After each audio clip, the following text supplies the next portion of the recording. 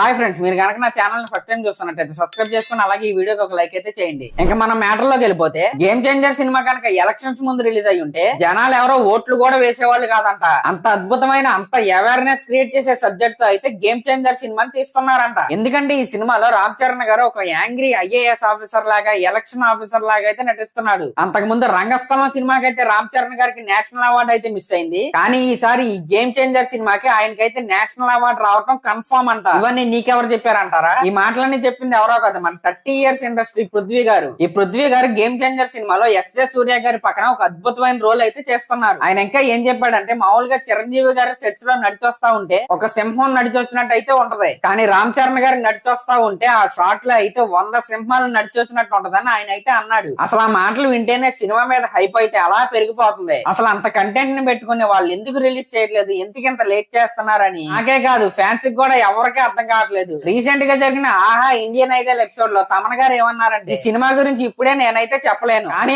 August last week నుండి అయితే ఈ సినిమా నుండి అప్డేట్స్ అయితే వస్తాయి. టోటల్ గా ఈ సినిమాలో 7 సాంగ్స్ ఉన్నాయి, ప్రతి సాంగ్ అదిరిపోయిందని ఎప్పుడు చెప్పే విధంగానే ఆయన అయితే చెప్పాడు. అలాగే ఈ ఆగస్ట్ 15 తర్వాత గేమ్ చేంజర్ సినిమా నుండి ఇంకో సాంగ్ అయితే రిలీజ్ కాబోతుంది. ఇది పక్కన పెడితే పృథ్వీరాజ్ గారు రామ్ చరణ్ గారి గురించి ఇంకేం చెప్పారంటే, చిరంజీవి గారు ఎలా అయితే అందరినీ కలిపేసుకుంటూ కొత్త టాలెంట్ ఎక్కడైనా కనబడితే ఎంకరేజ్ చేస్తాడో, రామ్ చరణ్ గారు కూడా సేమ్ అలానే చేస్తారంట. ఇంకా కుటుంబం పట్ల, కుటుంబ వ్యవస్థ పట్ల రామ్ చరణ్ గారు చాలా మెచ్యూరిటీగా, ఇంకా చాలా గౌరవంగా ఉంటారని ఆయన అయితే ఆ ఇంటర్వ్యూలో అయితే చెప్పాడు. ఇంకా షూటింగ్ నుండి ఎలక్షన్ క్యాంపెయిన్ కి వెళ్తుంటే మా బాబాయిని జాగ్రత్తగా చూసుకోమని కూడా ఆయన చెప్పాడంట. అది రామ్ చరణ్ గారికి పవన్ కళ్యాణ్ గారికి మధ్య ఉన్న రిలేషన్ అయితే అలాంటిది. ఇంకా రామ్ చరణ్ గారు తన చిన్నప్పుడు చిరంజీవి గారితో కంటే ఇంకా పవన్ కళ్యాణ్ గారితోనే పెరిగాడన్న విషయం అందరికీ తెలిసిందే. రామ్ చరణ్ గారిని ఒకసారి చిరంజీవి గారా పవన్ కళ్యాణ్ గారా ఇద్దరిలో ఒకరిని చూస్ చేసుకోమంటే నా 2 కళ్ళల్లో నేను ఏ కన్నుని సెలెక్ట్ చేసుకోవాలని ఆయన అయితే సమాధానం అయితే ఇచ్చాడు. వాళ్ళ మధ్య ఉన్న బంధం, బాండింగ్ అయితే అలాంటిది. మన రీసెంట్ గా ఒక ఇంటర్వ్యూలో హరీష్ శంకర్ గారు ఏమన్నాడంటే, చిరంజీవి గారిని, రామ్ చరణ్ గారిని, పవన్ కళ్యాణ్ గారిని ముగ్గురిని పెట్టి ఒక సినిమా తీస్తానని, ఆ సినిమాకి కథ కూడా రెడీ అయిపోయిందని ఆయన అయితే అన్నాడు. కానీ క్యామియో రోల్స్ కాకుండా ఒక ఫుల్ లెంత్ రోల్స్ తో ఫుల్ లెంత్ మూవీ ఇలా ముగ్గురుతో కలిసి చేయటం అంటే మామూలు విషయం కాదు.